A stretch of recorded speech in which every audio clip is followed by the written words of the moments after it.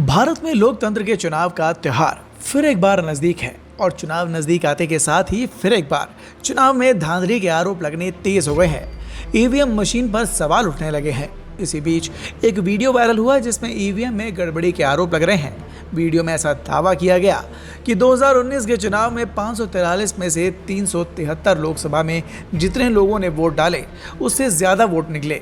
उसने ये भी कहा कि सबूत के साथ कह रहा हूँ कि 373 लोकसभा सीटों में घोटाला हुआ।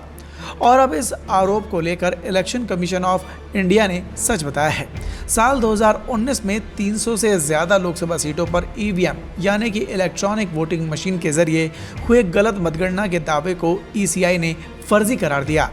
भारत निर्वाचन आयोग का कहना है कि कुल मतदाताओं और डाले गए मतों की संख्या में कोई बेमेल नहीं है।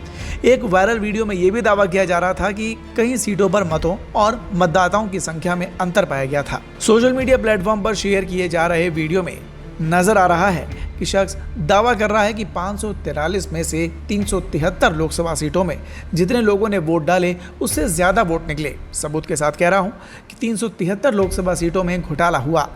इस दौरान शख्स ये भी दावा कर रहा है कि मतदाताओं और मतों के बेमेल संख्या को लेकर चुनाव आयोग ने लिखकर भी दिया है। वीडियो में नजर आ रहा है कि शख्स दावा कर रहा है कि साल 2019 लोकसभा चुनाव में वाराणसी सीट पर 11 लाख लोगों ने वोट डाले। वो दावा कर रहे हैं कि ईवीएम से 12,87,000 वोट निकले। चुनाव आयोग का ये भी कहना है कि लोकसभा चुनाव 2019 के दौरान वाराणसी सीट में ईवीएम ने मतदाताओं और मतों की संख्या में मेल नहीं होने का झूठा दावा किया गया है। आयोग ने यह भी कहा कि ये दावा झूठा है। वाराणसी सीट पर मतदाता 18,56,791 थे। कुल डाले गए वोट और ईवीएम से निकाले गए वोट 10,58,744 थे। वहीं पोस्टल वोट 2,085 थे।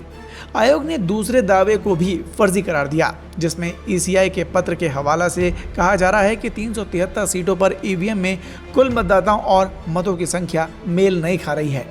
आयोग ने कहा कि दावा गुमराह करने वाला है, झूठा और निराधार है। चुनाव आयोग ने ऐसा कोई भी पत्र जारी नहीं किया, संख्या बेमेल नहीं थी।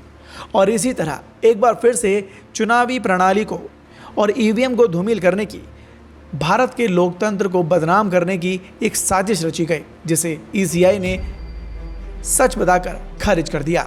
इस खबर पर आप भी अपनी राय कमेंट कर जरूर बताएं और देखते रहें द भारत नाउ।